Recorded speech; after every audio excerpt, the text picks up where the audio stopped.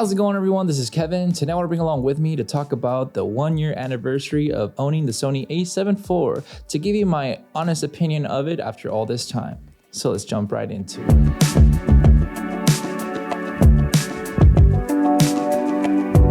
So I acquired the Sony A7 IV a year ago in December, and I wanted to give you a little bit more in depth of what I really have enjoyed with this camera and what I haven't also, enjoyed as well. That way you can kind of get a little bit more into the insights of what could help you out to decide if this is the camera going for you in 2023. So we're gonna first talk about the things that I really have enjoyed about this camera, and that way you can see some of the pros before we go with the cons. I've done a video about this before, and one of my favorite things still to this day has been the little switch that you can just go ahead and switch from photo to video to S&Q and have different customizations when it comes down to having each setting for each of them of the custom 1, 2, and 3 for photo, video, and the S&Q. This actually allows me to be able to create my content a lot faster, and I've noticed that it's been just phenomenal when it comes down to using it because I'm able to just take photos and B-roll video when I'm using my Sony A7 IV, and I have my Tamron 35 to 150 while I'm taking photos just to get that extra B-roll to pair together with my Sony A7S III footage. This also allows me to go with the S&Q mode to just really add a little bit more of that slow motion when I need to,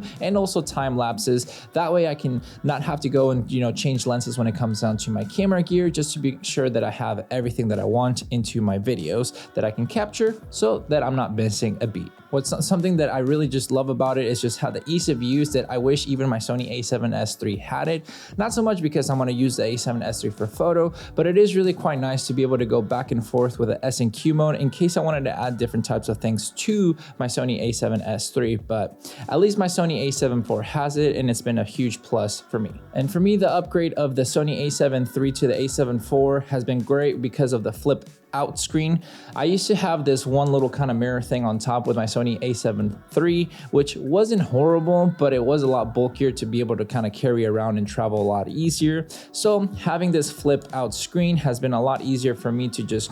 swivel around, make sure that I'm ready to go. If I need to go ahead and vlog with only one camera, I'm able to go ahead and take different types of angles as well for photos. So it's been really quite nice to have that addition to the Sony A7 IV. Now, a little bit more into the spec side that I've enjoyed really with this camera has been the 10-bit color that I can pair so nicely with my Sony A7S III. The 10-bit color has really allowed me to just do more video with this camera to make it a true hybrid, which has been quite nice whenever I'm out and about and I only want to bring one camera for my content creation. It's actually really cool because you're able to just go ahead and snap some of the photos, switch to video, have it already set up, and then go ahead and film anything that you need to, and you know that you're going to get a high quality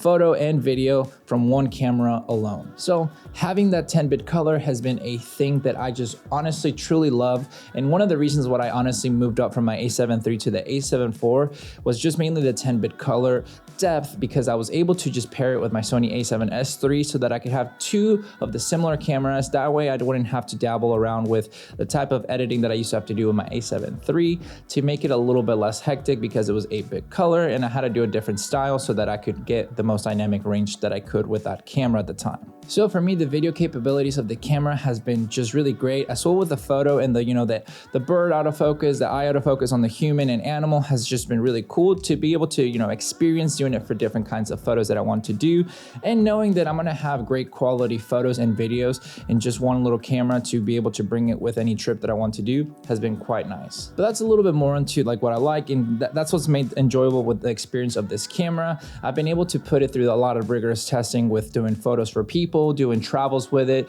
doing short little films with it, and honestly, I can't complain about this camera. I know that there's other things that could be a little bit better, which I'm about to get into right now to let you know what I wish it would have had, and maybe the A7 IV or something along the lines that might have it, but for now, we're gonna go and talk about the cons. One of the cons that I really don't like about this camera, and I'm still kind of salty about it, is not getting 4K 120 at 8-bit color at least, because I know that they were thinking that it was going to take away from the A7S III, but in my honest opinion, I don't think it would have, because most people would have preferred maybe a low light capability camera like the Sony A7S III and have just the A7 IV as a good B cam. You know, they did it with the FX30 where they have basically everything 4K 120 all the way throughout. Yes, it's APS-C mode, but at the same time, you know, you get that little wiggle room with the 4K, even if it's at 8-bit color, to be able to do just a little bit more than at 1080p. And speaking more about the slow motion, yes, the 4K 60 is not horrible, but it's also kind of annoying because if you only have, let's say, one setup of lens, you're gonna have to adjust as much as you need to, which is not the end of the world, but it's something that I wish we could have had as an option rather than have it as a mandatory thing to use when it comes down to the 4K 60. I have used the 4K 60, you know, in the cropped in, and it's quite nice whenever you want that extra depth of range and everything. That's kind of nice. But at the same time, I know that it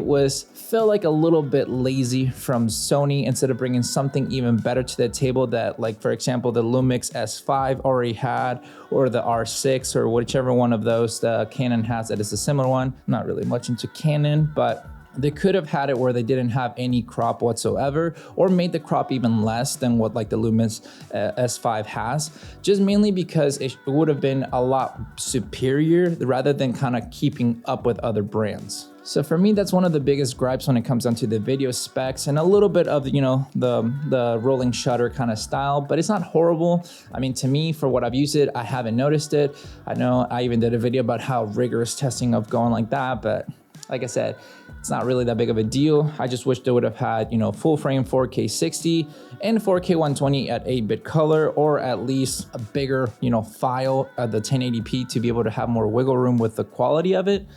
But that's just one of the gripes when it comes down to video. Another thing that I know most people have really griped about it, and I haven't really had too much to deal with it, but it's still kind of annoying, is the overheating of the A7 IV. Luckily for myself, I've never really dealt on it on a case where it really, you know, I was shooting and it just overheated on myself. It only happened when I was using my camera as a web camera, and it just overheated after like about 20 minutes, which I then went ahead and changed the settings of like to high sensitivity of the temperature, which it hasn't really come back to happening. But I have heard that if you're in really hot climate and you're gonna go ahead and shoot video, it kind of is a little bit of a dabble, and you kind of want to watch out and make sure that it's fine, which I've never had an issue with my Sony A7S III even remotely close. So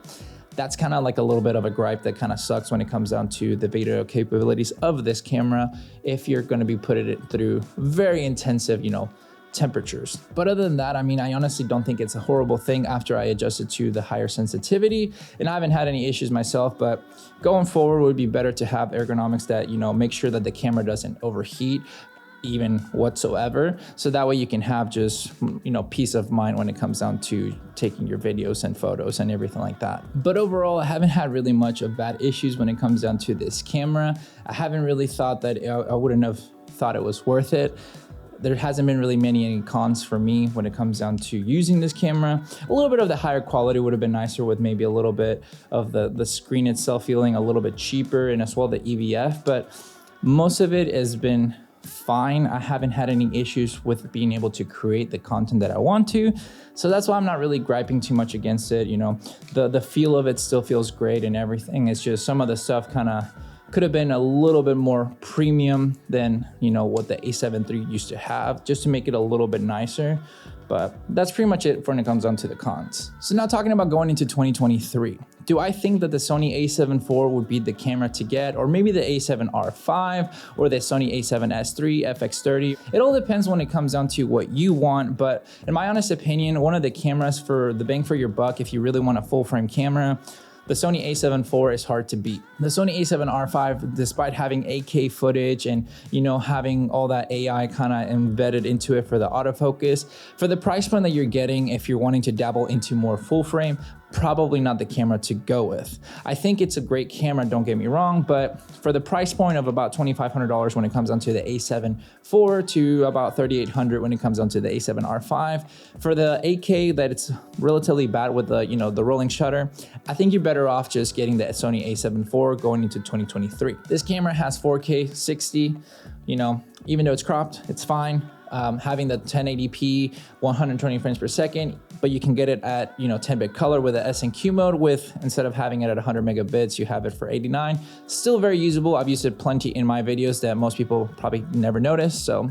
do that with what you will. And I think with the stills for this camera and the autofocus system has been improved so much that I think for the bang for your buck, it's phenomenal as a hybrid camera. If you're wanting to dive more into video and your budget is a lot lower, the FX30 would be a great camera to have. So that's what I would do for myself, is just start looking at the checklist of what I would want to have in a camera for the use that I want to put into it, and start seeing which camera brings more into that, detail, and finding out if it's the best one, because that way you can get the best camera for yourself going into 2023. The A7 IV for me has checked off a lot of my list, as well as my Sony A7S III, and pairing them together has worked out for me greatly. I don't really see a need to upgrade to the Sony A7R5 yet, but maybe in the future, if it comes down to it that it makes sense, possibly, but